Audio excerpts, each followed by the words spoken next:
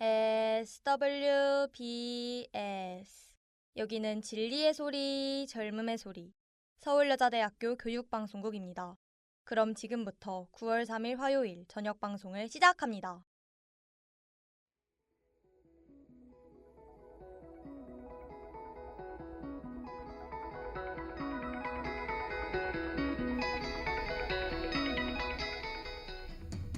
춘이들이 똑똑해지는 라디오 슈똥라 화요일 방송을 시작합니다.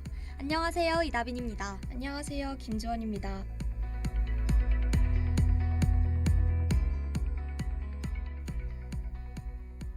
지난 7월 25일 정부가 최고세율 구간 인하와 상속세 자녀 공제 금액 확대 등을 담은 세법 개정안을 발표했습니다. 기존 법안의 문제점을 보완하기 위한 정부의 상속세 및 증여세 개정안을 두고 여야 간 뜨거운 논쟁이 이어지고 있는데요. 이번 슈똥라에선 정부의 상속세 개정안과 여야의 대립, 그리고 이를 둘러싼 시민들의 반응까지 낱낱이 살펴보겠습니다.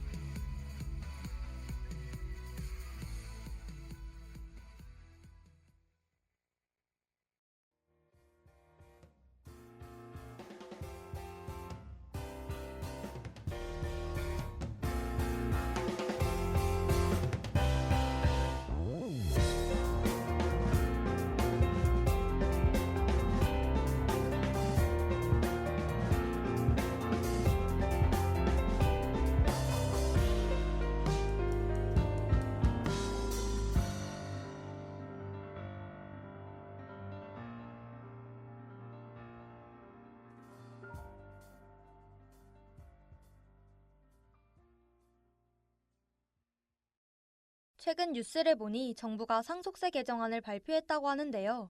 기자님, 상속세란 무엇인지 상속세의 개념에 대해 알려주실 수 있나요? 네, 상속세란 사망에 의해 무상으로 이전되는 재산에 부과되는 조세입니다. 쉽게 말하면 사망한 사람의 재산을 물려받을 때 내는 세금을 말하는 거죠. 현재 대한민국에선 원칙적으로 유산세의 방식을 따르고 있는데요.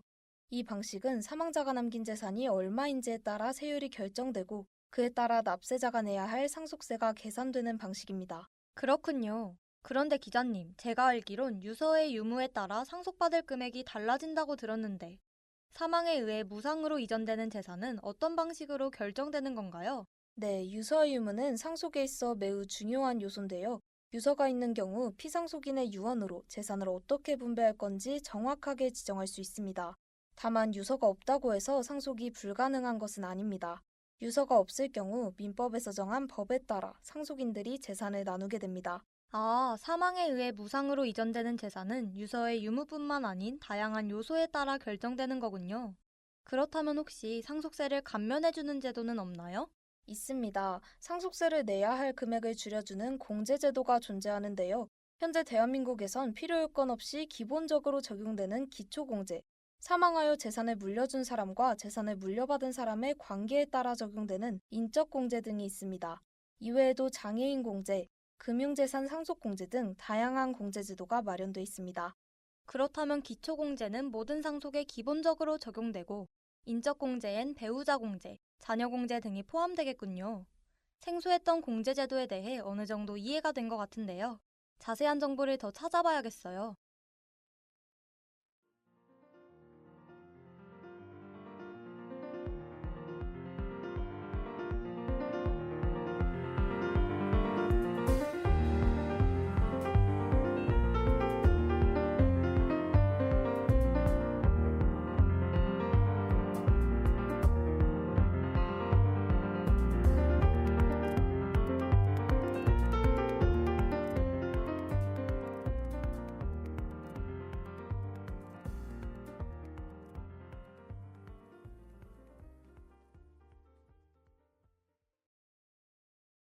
최근 상속세 및 증여세법 개정안이 화제가 되는 것 같더라고요. 기자님, 기존의 상속세 및 증여세법에 어떠한 문제점으로 인해 개정안이 발의된 건가요? 네, 기존의 상속세 및 증여세법엔 다양한 문제점이 있는데요. 가장 큰 문제는 재정적 부담입니다. 실제로 한국의 상속세율은 OECD 국가 중 높은 편에 속하는데 공제액은 낮은 편이라 시민들이 상속세에 대해 더 큰 부담을 느끼게 됩니다. 그 외에도 높은 증여세 부담으로 인해 중소기업의 경영 승계가 어려워지는 등의 문제가 있습니다. 세율은 높아 내야 할 세금은 많은데 공제액은 낮은 편이라니 시민들의 상속세 부담이 정말 클 것 같네요. 조금 더 자세한 이해를 위해 한국의 현재 세율과 공제액에 대해 알려주실 수 있나요? 네, 현재 상속세 및 증여세법에 따르면 상속세율은 최대 50%에 달합니다. 자산의 상당한 부분이 세금으로 납부되기 때문에 부담이 커지는 거죠. 또한 기본 공제는 5억 원, 배우자 공제는 최소 5억 원에서 최대 30억 원까지 가능하며 자녀나 부모에겐 한 명당 5천만 원씩 공제됩니다. 그렇군요. 그런데 이렇게 법조항으로만 들으니 이해하기 조금 어려운 것 같아요. 간단한 예시를 들어주실 수 있나요? 네, 예를 들어 어떤 사람이 50억 원의 자산을 남긴 후 사망하고 상속인을 배우자와 자녀 2명으로 지정했다면 기본 공제 5억, 자녀 공제 1억, 배우자 공제 30억 원을 계산하여 남은 14억 원에 대해 상속세율이 적용됩니다. 말씀드린 예시에선 배우자 공제액을 30억 원으로 가정하여 간단하게 설명드렸지만 실제 상속세 계산은 더 복잡한 과정이며 개인의 상황에 따라 달라질 수 있습니다. 예시를 통해 들으니 평소 어렵게만 다가왔던 상속세에 대해 자세히 알게 된 것 같습니다. 그럼 여기서 개정안에 대해 긍정적으로 생각하시는 시민분의 의견 들어보겠습니다. 사실 제가 원래 상속세 관련 법에 관심이 많아서 종종 찾아봤었거든요. 근데 현행법에서는 우리나라가 OECD 국가 중에서 상속세율이 높은 편에 속한다고 하고 또 주변에 보니까 정말 상속세 부담이 큰 것 같긴 하더라고요. 아무래도 어떠한 방식으로든 개정은 필요할 것 같다는 생각이 드네요.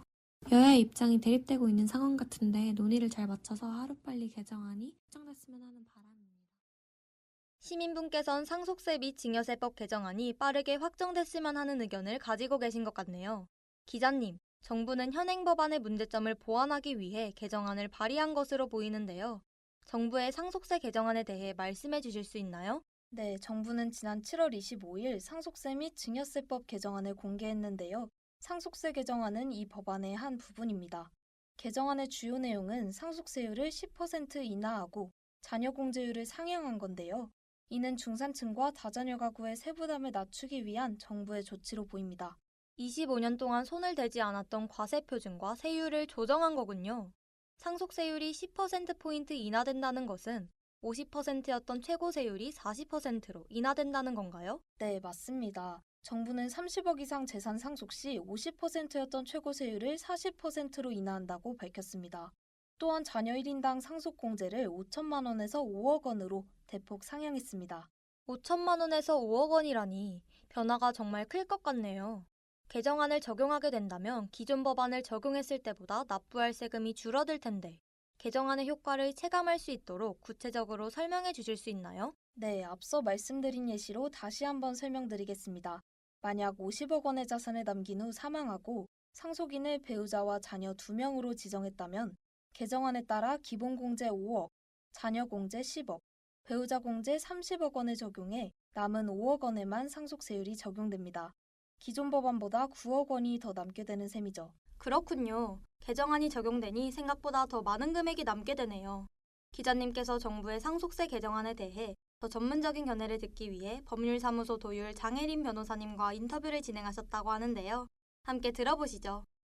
상속세는 사망한 사람의 재산을 법정 상속인이 물려받을 때 그 유산에 대해서 부과하는 세금이고, 증여세는 타인으로부터 재산을 증여받은 경우에 재산에 대해서 부과하는 세금을 말합니다. 사람이 일반적으로 재산을 취득하게 되면 나라는 거기에 세금을 부과하게 되는데, 상속과 증여 모두 이를 받은 입장에서 생각하면 일하지 않고 얻은 소득, 즉 불로소득의 일종이므로 상속세와 증여세 모두 이 불로소득의 세금을 부과함으로써 소득세를 부과하는 역할을 하고 있습니다.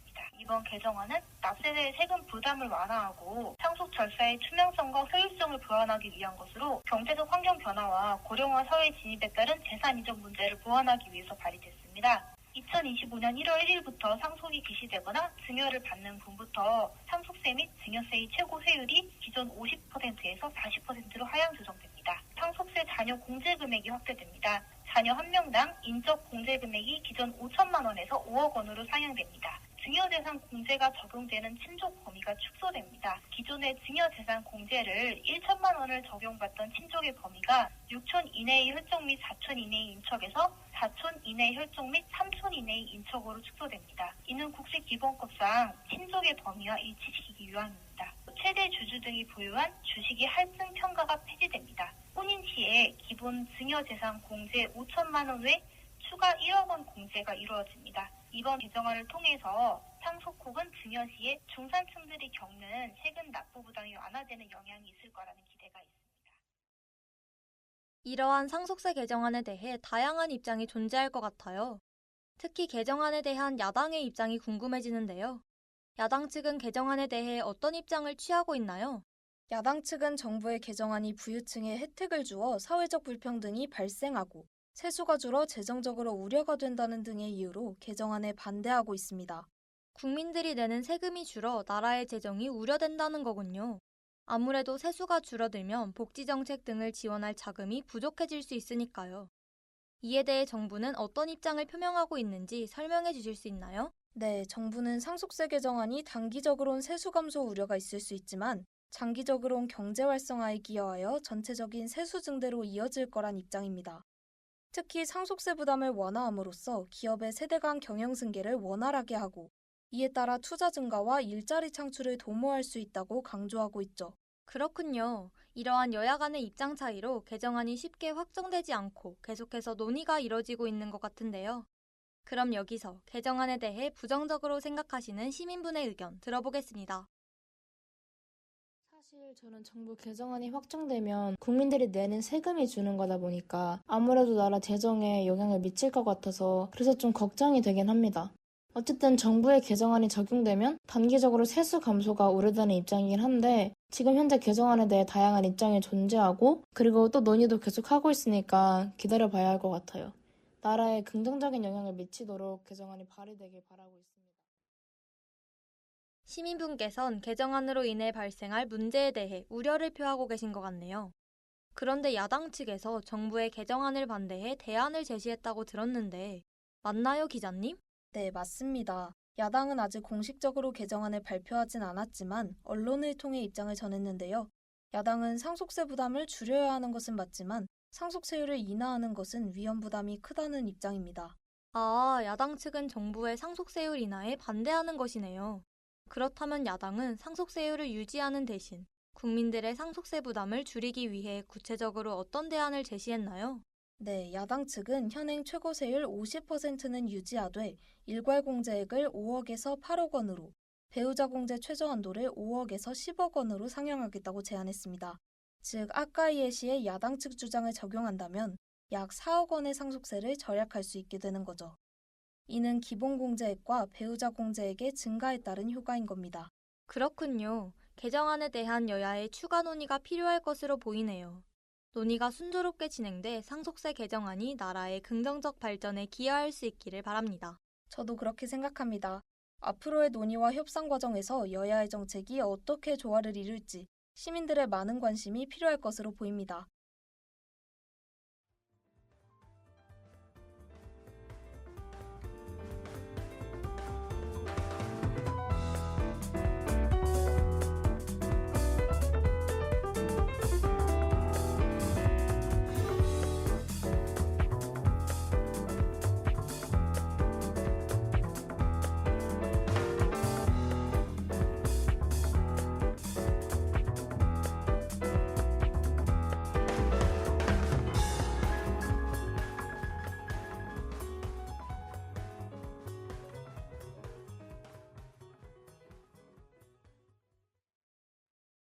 기자님과 계속해서 이야기 나누다 보니 개정안에 대한 여야의 입장뿐만 아니라 다양한 분들의 의견이 궁금해지는데요.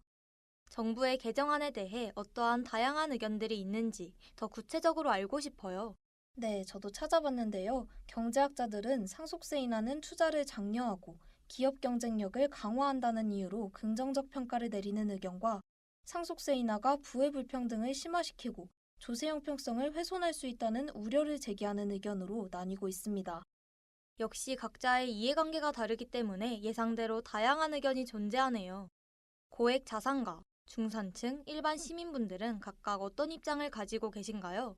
사람마다 다를 순 있지만 대부분의 중산층은 상속세 부담 완화가 경제적 어려움을 겪는 중산층에게 도움이 될 거라는 긍정적 의견을 가지고 있습니다. 고액 자산가들은 상속세 인하를 통해 재산 상속 시 부담이 줄어들 것을 기대하는 의견이 많습니다. 반면 일반 시민 중 상당수는 고액자산가에 대한 과세를 강화해야 한다는 입장을 가지고 있죠. 그렇군요. 듣다 보니 최근 관련 기사를 접했던 기억이 떠오르는데요. 세법 개정안에 대해 중견기업계가 의견 제출을 했다는 내용의 기사였는데, 중견기업계가 세율을 더욱 낮춰야 한다는 의견을 건의했다고 하죠. 네, 말씀하신 대로 중견기업계는 정부의 2024년 세법 개정안에 대한 의견을 제출하면서 상속세 최고 세율을 30%로 더욱 낮추고 과세 방식을 유산세에서 유산 취득세로 전환하는 등의 더욱 과감한 조치가 필요하다고 건의했습니다. 중견기업계는 상속 최고 세율을 더욱 낮추길 바라는 입장이군요.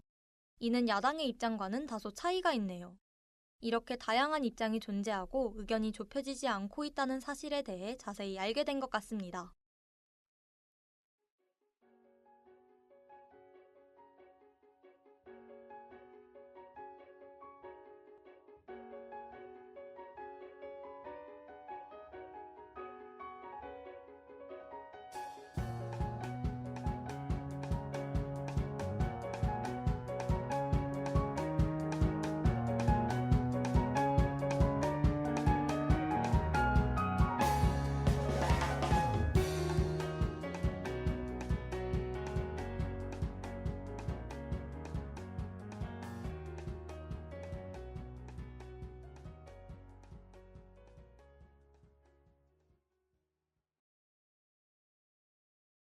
오늘 기자님과 기존의 상속세 및 증여세법과 문제점, 이를 보완한 정부의 개정안에 대해 살펴보고 개정안에 관한 다양한 의견에 대해 다뤄봤는데요.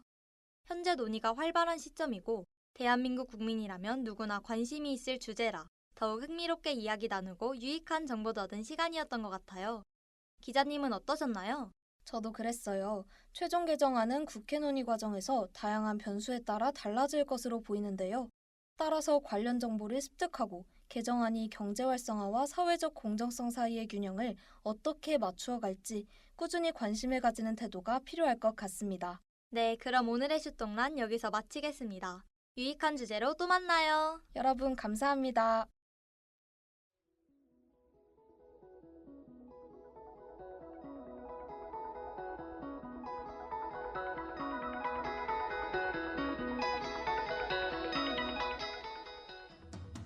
이상으로 슈니들이 똑똑해지는 라디오 슈똥라를 마칩니다. 지금까지 제작에 제54기 보도부 국어국문학과 1학년 김지원, 기술에 제54기 기술부 언론영상학부 1학년 이채령, 진행에 제54기 아나운서부 언론영상학부 1학년 이다빈, 제54기 보도부 국어국문학과 1학년 김지원이었습니다.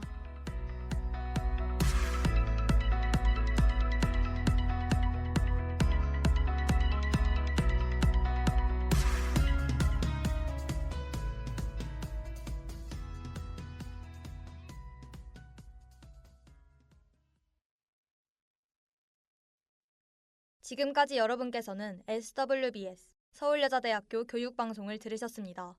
서울여자대학교 방송은 월요일부터 금요일까지 오후 12시 30분부터 12시 50분까지 저녁 5시 40분부터 6시까지 총 40분간 정규방송을 하고 있습니다. 지금까지 청취해주신 여러분께 감사드리며 이상으로 9월 3일 화요일 정규방송을 모두 마치겠습니다. 여기는 진리의 소리, 젊음의 소리 서울여자대학교 교육방송국입니다. SWBS